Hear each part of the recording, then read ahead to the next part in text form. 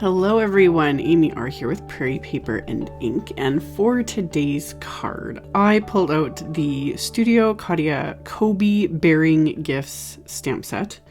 This was released a few months ago, and I've literally had this set and the wafer dies and whatnot sitting on my desk for the last 3 or 4 weeks, I think, with the whole idea planned out in my head, you know, and then something else would come up and I wouldn't get around to it. So anyway, I have the little main image of the little bear holding the pile of gifts and the little balloon and the little gift stamp. I'm just using my stamp platform here, and I am stamping these onto some Neenah Classic Crest Solar White 80-pound cardstock, my go-to cardstock for Copic coloring. And today I'm using Gina K's AMALGAM ink. If you saw Jennifer McGuire's most recent video, she goes on about how great this ink is. I've heard a lot of good things, so I thought, I've actually had this ink also sitting here for some time. I knew it'd be great though. Personally, I'm not going to stick with just one ink. I'm just the type, I like to switch between different kinds. I like to show options. This is an amazing ink. It's great with Copics. I'm sure it's great with watercolor too. I really love my Simon Says Stamp Intense Black ink. MFT's Extreme Black, Ink on 3's Blackout. Any of those black inks that I've used in, like, say, the last year in my videos that I use with Copics and watercoloring and whatnot, all are great. So whatever you're able to get your hands on, I have never had a problem with them. I would say, you know, if I did. So this is just another option to add to the mix, and it is a really just good ink. So glad that there's more options now. I remember back in the day, there was like one ink, you know, you could get like one black ink that would kind of sort of work. And then maybe there was other ones that would do other things, but you know, we just didn't have the options that we have now. And now there's like, I've literally got, you know, 6 or 7 different black ink pads that all work amazingly from all these awesome companies that I love just switching back and forth. And I'm just like, every time I do, it's like, oh, I really love this ink, so I'll use it for a few weeks. And then it's like, I wonder what this one's like. So that's what I'm doing this time. It's like, ooh, I wonder, I'll, you know, experiment with Gina K ink. So I really like this one. And then I'll, you know, switch back to using a different one for a while. And so they're great. And Gina K is an awesome company. Studio Katia is an awesome company. Simon Says Stamp is awesome. I could just sit here and spend this whole video raving. But anywho, back to the actual card. So I had stamped the images. I stamped the balloon multiple times because I was like, it would look really cute to have like a cluster of them. And then I am using my Copic markers to color them in, just doing my typical kind of lazy method of going darkest to lightest. And I did list the colors there on the screen as I'm using them. I'm basically doing rainbow order. I also thought that would be really cute since there's like all these gifts and now I've got all these balloons. So to do them sort of in rainbow colors would just brighten it up and just make it really fun. So as I go along, I did, I'll do each color, and then it was just luck that on this piece, there was enough balloons to do one in each color. I wasn't even like overly planning that. And then I was like, oh, I can do red, orange, yellow, green, blue, purple, perfect. It was just meant to be. So I just kept going along and coloring in just random bits of these gifts. I was kind of going almost in a spiral. Like I started in the upper right with the red, and I was kind of working my way around in a circle, sort of, with these colors. Because I went from red to the orange, yellow, green. Now I'm working on the blue. And each time I would pull out the new color combo, I would do a balloon as well. And yes, working darkest to lightest, and it just depends on the color combo, how much I have to kind of work at it to blend the colors together. Sometimes certain color combos blend really nicely. Other times you gotta work at it a bit more and kind of go back and forth a little bit more just to get the colors to blend a little more seamlessly. So I did, worked my way to the blue, and then now I'm doing purple. And this one especially, because the V12, which is the lightest of these 3, is a lot lighter than the other 2. So this one always, and purples are always usually a little more finicky. I definitely find when I use this one, I need to go back a little bit more with the middle, which is the V15, just to get a better blend, make things look a little more seamless, make it look a little nicer. So I did all my coloring. I took my BG10 just to color that envelope. I wanted it to pop out a little bit. And then I took my 0, like my colorless blender, just to kind of fix up any little spots that I went past the lines on.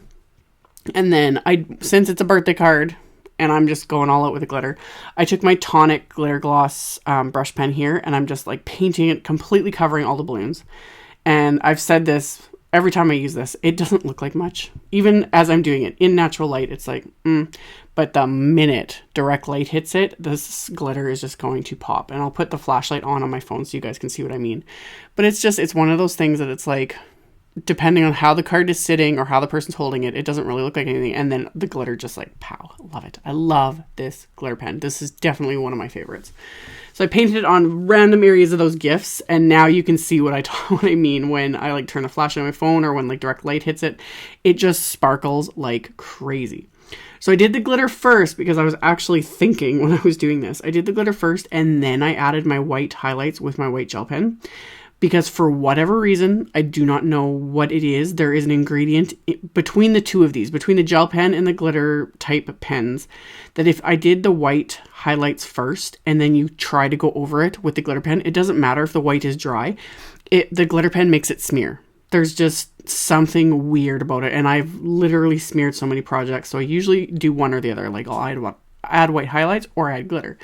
But if I'm thinking ahead, I will do glitter first, then you can add the white highlights after, and it's fine. So I don't know, just you got to pay attention to that. Basically, rule of thumb, do the white highlights at the very end of everything. So I did that, and then I die cut everything with the coordinating little wafer die set. And then I die cut some more white cardstock with the Studio Katia Halftone Dots Cover Wafer Die. And this die cuts all those dots, like you can see. And it's nearly like an A2 size. It's a big wafer die. So that's my entire background. And this is what I had. Like, I had everything laid out. I had the idea in my head. And I was curious as to whether or not this was going to work. Because I don't have time usually to like experiment off camera. It's usually I like turn my camera on as I'm like making whatever it is. And then I just got to make it work. So I wanted to make a shaker card, and you could do this as a shaker card. You could just use little narrow foam tape like the DeReese foam strips, but I wanted to make this flat as possible. Not necessarily because of mailing constrictions, but this is a good idea for it, is this would keep things flatter. So if you wanted to pop it in the mail, you wouldn't have to pay extra for postage, etc. But my main reason for making this a flat shaker is I really wanted to sandwich in the glitter and whatnot that I was using so that it's not all falling to the bottom. I wanted it to be basically kind of even across the whole background. So what I did there was, rather than using foam tape, I used Scor-Tape first. I used a very narrow, the 1/8 inch around the perimeter of the back of that die cut cardstock. Then I pressed on a piece of transparency that was cut to the exact same size. So I have cardstock and transparency. And now I'm putting another perimeter of the 1/8 inch Scor-Tape going edge to edge with this. And I'm doing this first before I add the glitter or anything, because I don't want to like move this around too much, because you don't want to spill this, and that's usually what I do. So I'm being very careful. This glitter isn't so bad. This isn't super fine glitter. Super fine glitter can sometimes be the absolute worst. It gets everywhere, but it can be really pretty. But this is chunky glitter. So this is Studio Katia's. I have the chunky glitter here, which is it's not super fine and it's not large. And then I have the Dots chunky glitter right now. And that is more almost like a confetti. And it's funny how pink it looks right now. This is very much like a transparent sort of a glitter, but depending on the way the light hits it, it kind of has a pink undertone. So right now it looks very pink, but when the card is done, it's more like clear, transparent. So I sprinkled this very heavily around this background here. Not super heavy, but enough to cover pretty much this background, because I want it to be seen through all of those die cut hole openings. So I sprinkled that on using my little tonic spoon, and then I very, very carefully removed the release paper on the Scor-Tape, because I don't want this to lift up or dump all over the place. So I removed that carefully. Then I have my second transparency, and now I'm going to sandwich that glitter in between those two layers of transparency, and that's what makes my flat shaker. So the glitter and the confetti can still like move around and shake a bit, but because they're sandwiched and there's no foam tapes, there's not really that room, it still keeps most of it contained. Plus there's, the static and whatnot as well. So it's just fun. So it'll shake a bit, but most of the glitter is like suspended, which I just love. So I was kind of happy with how this turned out. It was just really fun. And now it's like, ooh, I need to experiment with like different colors and backgrounds and wafer dyes and stuff. So after I'd done that sandwiching, I need to adhere my balloons and little Kobi bearing gifts there onto the front of this card front panel. So I taped all of the balloons together from the back with some washi tape. Then I used some foam tape on the back of those, popped those into place. I just left the strings of the balloons, they're just hanging there because the bottom's going to get covered right now with the little Kobi bear, which I also put foam tape on, and just press that into place. And then I added that little extra gift there right by his feet with another just little tiny piece of foam tape. So this was also why I chose to do white cardstock for the background and like clear cardstock or clear glitter for the shaker elements. And then my card base is also white. You could do color or pattern paper, would look really cute too to peek through. But I wanted everything white because I'm using such bright colors for the balloons and Kobi bear. I wanted that to stand out. So my card base, A2 size, 4 1/4 by 5.5, and I just used the same Scor-Tape around the edge of it, that 1/8 inch, peeled off the backing, and then adhered my card front panel to that. So now I have a very flat shaker card, and if I hadn't popped up the bear and the balloons with foam tape, this card would actually be quite flat, but I wanted a little bit of dimension. You gotta have some. So I adhered all that into place. And then for my sentiments, I just grabbed a scrap of black cardstock and used my anti-static powder tool on it. And then I'm stamping the little happy birthday sentiment and the little hooray sentiment from the same stamp set onto that with Ink on 3's Juicy embossing ink. And then I'm going to use Simon's Detail White embossing powder for both of these, just tapping that on and tapping off the excess, melting that with my heat tool. So once I have both of those sentiments melted, they've had a few seconds to cool off, I can trim these down with my little Fiskars paper trimmer, making sure to funnel the embossing powder back in the container, putting the lid on, setting it aside so I don't knock it over.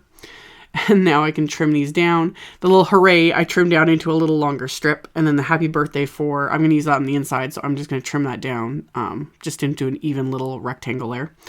And then the little hooray, I decided it would look really cute kind of tucked behind the little Kobi bearing gifts. So I'm just going to cut a little like flag end on the one side by just cutting with my scissors down the center, and then you just meet up each corner with that center cut, and you have a nice little flag end. And then I'm going to trim off the excess with my scissors, and then I can just tuck that right behind the little Kobi bear, and I'm just going to use some Nuvo glue to adhere that to my card front. So once I have that adhered, off camera, I had stamped another full Kobi bear stamp. It's actually from the Kobi the Birthday Bear stamp set that Studio Katia released. I think this was last year's release.